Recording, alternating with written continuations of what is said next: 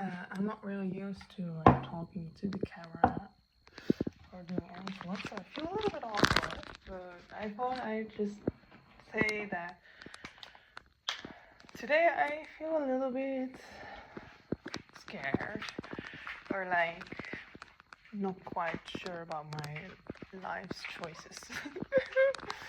I don't know what to do. Like, I'm not sure if it's because I'm almost tripping down the stairs. No. My hands are a bit cold. What I wanted to say is that I'm not sure if it's because I'm almost on my period or that it's like maybe a combination that I'm also very close to leaving the country for a longer time. Sorry, I'm out of breath already. That like everything is just coming down at once, but I feel really stressed these days. I feel really stressed. Like I realized because I'm constantly on my phone watching stuff that I'm not even interested in. I like stupid stuff. I like so bad stuff. I don't know.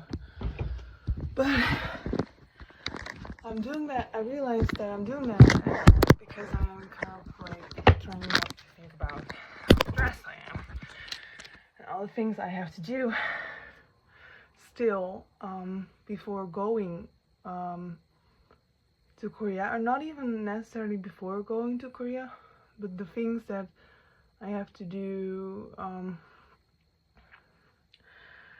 just in general.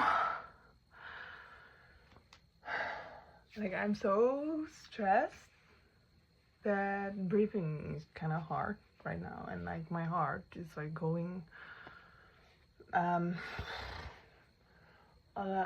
fast. I can't talk, and that's kind of the thing. So I thought I was thinking like, I don't know how to get away with this stress because I don't know who to talk to right now, because I don't really know what to say. And this is kind of one example that in these moments I would start like journaling, but like not, how can I say, like before I can do that, I can not voice my thoughts if I don't know what's going on. So usually I just have to pass some time thinking, like unconsciously, or kind of like processing what's going on before I can either write it down or talk to someone. But at this moment I feel like there's just too much. Like, even if I kind of like eliminate things to do, like either I did them or I'm like, okay, it's not that important, I'm not going to do that, then still I feel stressed. Like, even if I just eliminate, like I did all the tasks for one day, I feel like, and now, like, what do I do now? For example, no, I don't have an example, but today I am meeting a friend, and so I didn't plan anything for today because I don't really have time, except that I have to cut my bangs. But there are some things I have to take care of before going to Korea. I'm going to Korea next Monday, and today is Tuesday. For example, maybe I'm thinking, because I didn't make a decision yet, like, do I need some more medication? Because then I have to place an order right now, otherwise it will not be in soon enough for me to go to Korea. What else? So I ordered some shoes, like beautiful, pretty shoes, because I only have my Nikes, because they are just nice. But I was like, I want to have something that I can pair when I want to look a little bit more sophisticated. So I ordered them, but they are not yet in, even though it said that they would be in like yesterday. But they aren't even in the country yet. So, but okay, I don't have to do anything about that, because if they come in too late, my parents just send them back, you know. Okay, honestly, I feel kind of sick. And I already took like one of those anti-stress pills that I got. It's not really I don't know what it is, but it's actually to lower blood pressure, so I don't know. I don't have high blood pressure, but my GP gave it to me to reduce stress feelings. Okay, so I guess it works, but I'm stressed still. What else am I supposed to do? I'm also stressed for finding a house in Korea. I already did a lot of research on how to find a house, and I asked a lot of people, and they seem to be very, well, I don't know, they all kind of, it came down to make a account on Naver.Budungshan or something, and then find a room in the area that you want, which is to your liking, and then contact the real estate agent and be like, hey, I want a room tour. And then they will tour you for the room, I guess, and then I don't know, I've never done this, so I'm very stressed because it's something that I don't know what I can expect of and what I have to do, and my Korean is not that good. I mean, like in that kind of situation, like everyday conversation, like, hello, how are you? I'm fine. How are you? Oh, did you do in the weekend? I don't know. I didn't do anything in the weekend. That's alright, but something that is a little bit more advanced, I don't know how to do that. I don't know. So I'm gonna get stressed, and if I'm stressed, I don't know how to talk, especially not in a foreign language, especially not in Korean. So I hope that someone can come with me.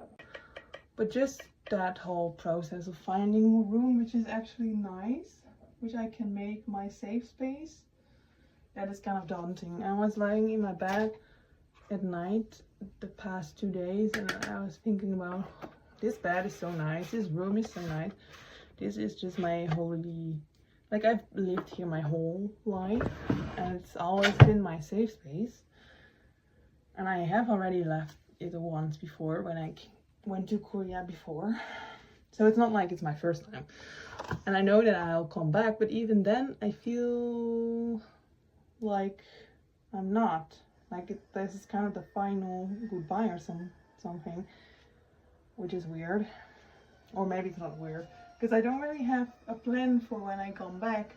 So there's nothing in my head which is after Korea. So Korea kind of in my head is the final stop, which is not what I want. I don't want to stay in Korea.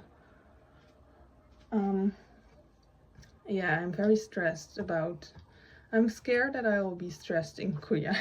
And so now I'm also stressed before I go to Korea. Yay. Yeah.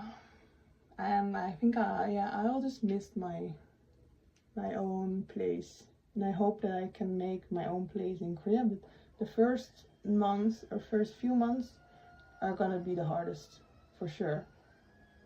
Last time was the same. Like first 24 hours was hell until my roommate arrived, which it was a great help to me. It was amazing. But now I'm completely on my own. Like I don't have roommates which I'm going to meet or anything. But I do have a hotel booked, so I know that I have a place to stay. And I've been to Korea before, so I know how to get to things. Like I know the airport, I know the subway stations and the subway system, and I do have money, and I do have the travel, the what's that called? T-money card. So it's not like I'm a complete stranger this time, but still I'm stressed and scared, and obviously it's gonna be fun too, because last time I had a lot of fun, and which was one of the reasons that, well, this thing is not working actually. I always have trouble with these earrings, but it was one of the reasons that I was, or maybe the only reason I did not want to go back home last time. Although I also wanted to go back home because the Netherlands is just so much more relaxed in every way. Another reason I did not want to leave Korea last time was because I felt that in Korea I had matured a lot because I was on my own all the time. I had, yeah, the opportunity to figure out who I was without like other people around me. And I think I found out more about myself. I found more who I am beneath the layers of other people. Like social without playing social roles or kind of things like that, you know, like we all are different with other people, or maybe I'm the only one who's like that, but I don't want to speak for other people, but I feel like depending on the person, I am kind of a different version of myself. And when I was in Korea, I felt like I was a version of myself that I like better than the version of myself when I am here with other people that I already know. So I was kind of sad that I would be going back to a version of myself, which after all was not the version that I was the best for me. And before that version was the only version that I knew. So back then it wasn't really a problem because I didn't know any alternatives, right? You cannot be, well, maybe you can be unsatisfied with the status quo if you don't know what the other version can be. But back then I wasn't like very upset about it. And well, when I was in Korea, I could kind of see like, okay, my life can be like this, my life can be like that. And I actually quite like it to be like this. But it was also really hard. It was very lonely, actually. A lot of social anxiety, and I did make some progress, but not a lot. Like, I still have to make progress. I think I have to start again because I don't really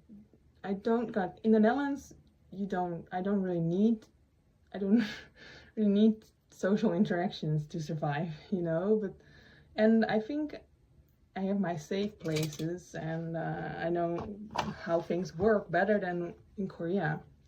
I know the language, so if there's a problem, I know how to voice my problem. But when I'm in Korea, I don't know how to voice my problem, or like that was last time was the biggest challenge or the biggest problem because I didn't overcome it. That I couldn't voice my feelings and my thoughts and my problems and stuff like that. So I felt very alone because no one knew what was going on in my head.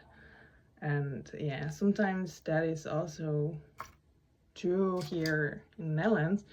It's not to say that it's only a problem in Korea, but here I do have family and yeah, friends, and there I didn't have any close friends that could speak my language or a language in which I could voice myself better.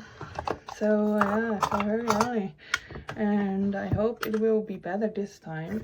So I know that it's gonna be a problem, probably, but this time I'm going to an academy that is for internationals. So I hope that there will be more people who do speak at least English to a certain extent that they will understand what I'm talking about in English. My English isn't great speaking, at least, but I know how to talk about my problems in English better than in Korean. So yeah. So that's my hope, that will be less of a problem. Yeah, we'll see. I cannot do anything about that right now, but still it's a thing that's in the back of my mind. yeah, I think that's all for today about my worries and stuff and whatnot.